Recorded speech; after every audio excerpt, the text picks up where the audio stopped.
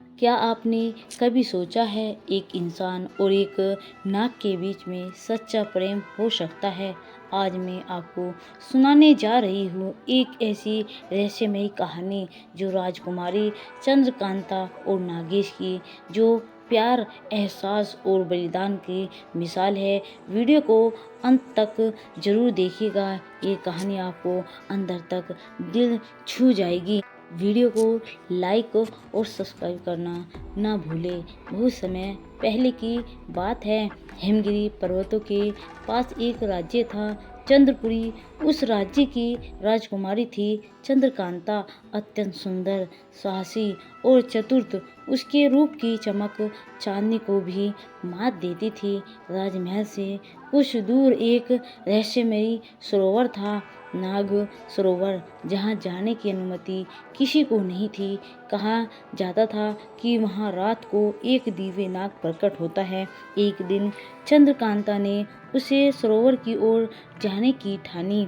जब वह वहाँ पहुँची और पानी में अपना प्रतिबिंब देख रही थी, तभी किसी की दृष्टि का एहसास हुआ। पेड़ों की आड़ से कोई उसे देख रहा था। वह कोई और नहीं बल्कि नागलोक का एक राजकुमार नागेश था। एक शक्तिशाली नाग जो मानव के रूप में सरोवर पर आता था। वर्षों से वह चंद्रकांता को देखता आया था और उसके रूप वे गुणों पर मोहित हो गया था। कुछ दिनों बाद चंद्रकांता ने उसे सामने देख लिया, एक सुंदर परंतु रहस्यमय युवक जिसकी आंखों में गहराई थी, चाल में गरिमा। उसने पूछा, तुम कौन हो? नागेश बोला, मैं वो हूँ जिसे तुमने कभी नहीं देखा, पर जिसने सदियों से तुम्हें देखा है। मैं नागेश हूँ, नागलोक का रक्षक। चंद्रकांता पहले तो भयभीत हुई, लेकिन नागेश की विनम्रता और सच्चाई ने उसे धीरे धीरे आकर्षित किया। दोनों मिलकर मिलने लगे।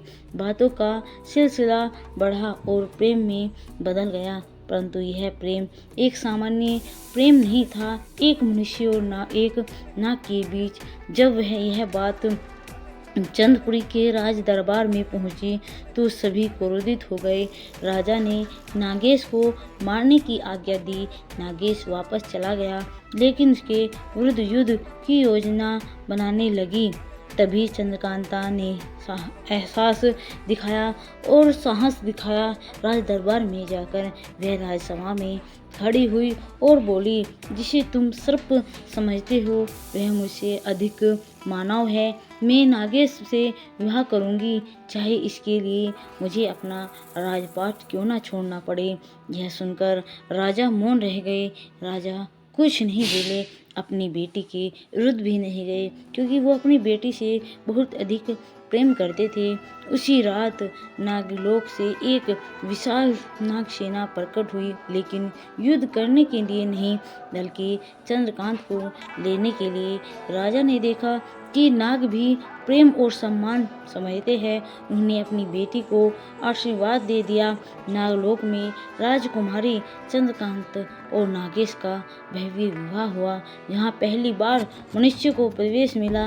वह दिन आज भी प्रेम और सांस की मिसाल के रूप में नागलोक और चंद्रपुरी दोनों में याद किया जाता है। दोस्तों, अगर आप चाहते हो कि मैं आपके लिए ऐसी ऐसी कहानी लेकर आती रहूं, तो प्लीज़ वीडियो को लाइक और सब्सक्राइब जरूर कर दीजिएगा और कमेंट में बताइएगा कि आपको हमारी ये कहानी कैसी लगी है।